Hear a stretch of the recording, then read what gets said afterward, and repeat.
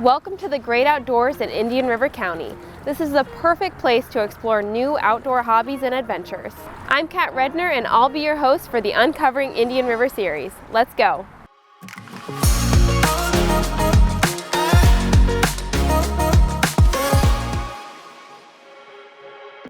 I'm here with Captain John with Stumpknocker Bowfishing. Can you tell me a little bit about what we can expect this evening?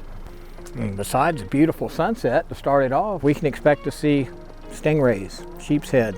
We're going to see game fish that we're not allowed to shoot, such as snook, redfish, and possibly trout. Dolphins, every night's different. Let's just find out. So why is bow fishing better at night? The fish are not as skittish at night. As these lights approach very slowly, we usually use a trolling motor and just ease closer and closer. We can identify them, decide whether it's a legal fish to shoot. So you have to kind of do all that fairly quickly. Can you tell me a little bit about the body of water we're on? We're on the Indian River, and we have two inlets right here near us, the Sebastian Inlet and the Fort Pierce Inlet. And so we fish the river between. It's a protected body of water, so usually no matter what the weather's doing, we're able to go and produce fish. Can you give me a little bow fishing lesson? Absolutely. So this is a typical bow fishing bow. It looks just like a standard compound. However, it's not draw specific. This particular bow, you can shoot it from any and all positions. You can pull it back just a few inches and let it go, or further. As far as it's got a reel or standard fishing reel like you would buy a Zebco or something. As far as loading it, it's got a fiberglass solid arrow with a tip and a barb, and you just bring it through the enclosed rest and you hook the arrow just below that. Then you reel in the slack. That is very important. After it's reeled in, you push the button and all that does is free the drag. So it enables you, when you do shoot, it enables the arrow to fly freely at the intended target. And with a little bit of luck, we have dinner.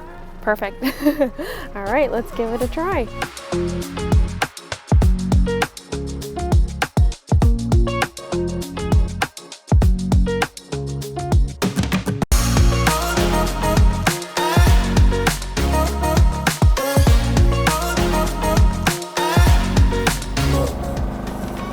Oh, did you got him? You got him.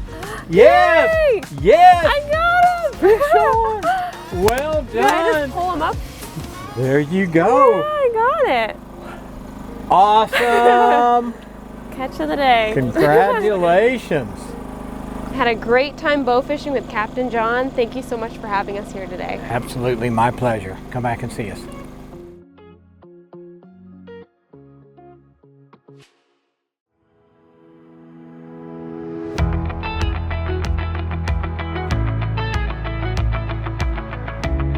Indian River County is immersed with opportunities to take on aquatic adventures. Today, we'll be setting sail and visiting Youth Sailing Foundation.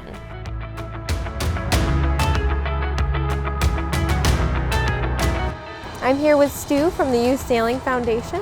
So how did you get involved in sailing? I actually was in the United States Navy, and I went to sea 19 years old as a midshipman on a very famous World War II destroyer, 1962. New navigation and new seamanship, and I learned sailing. So that's how I got into it. And what are some of the programs that you offer at Youth Sailing? So we are a community sailing program. So we offer programs for everyone in the community. Children from 8 to 18. We have special needs sailors. We have adult sailing programs. We have beginning sailors, and we have sailors who go to national championships. They're called regattas in sailing.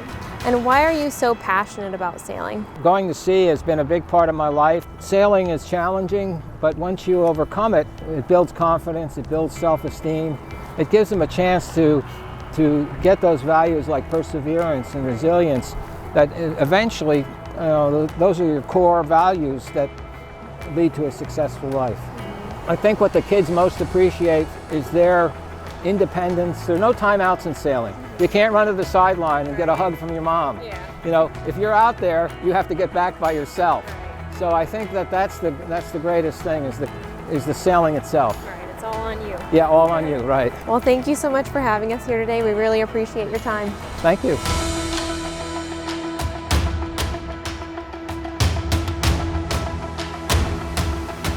So we're out on the water with Julia of Youth Sailing Foundation. Can you tell me a little bit about this boat? Right now we are on a Hobie Cat, and we get to utilize these boats to take kids out, adults out. Want something fun and fast that's not going to tip over too much. How did you get started with Youth Sailing Foundation?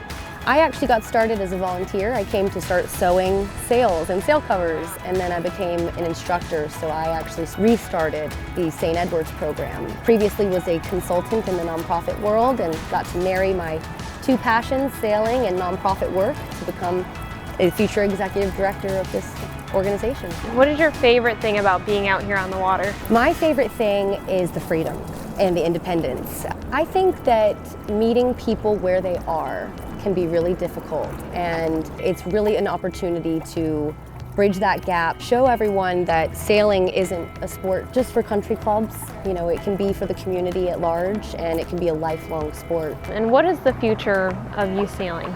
The future of youth sailing is truly a community center, not just for sailing, but a waterfront that is a marine recreational park. So right now we're only working with about 24 schools. We're trying to expand our reach to Fellsmere, Sebastian, Port St. Lucie. We're working with as many community liaison partners as possible to have all the resources for all these children. That's awesome. Well, thank you so much for having us out here today. Thank you so much. I appreciate it. There are so many outdoor activities to do in Indian River County, and we're so grateful for our lovely community that brings together people through these adventures. To find more activities like the ones we visited today, visit our website and social media at Visit Indian River.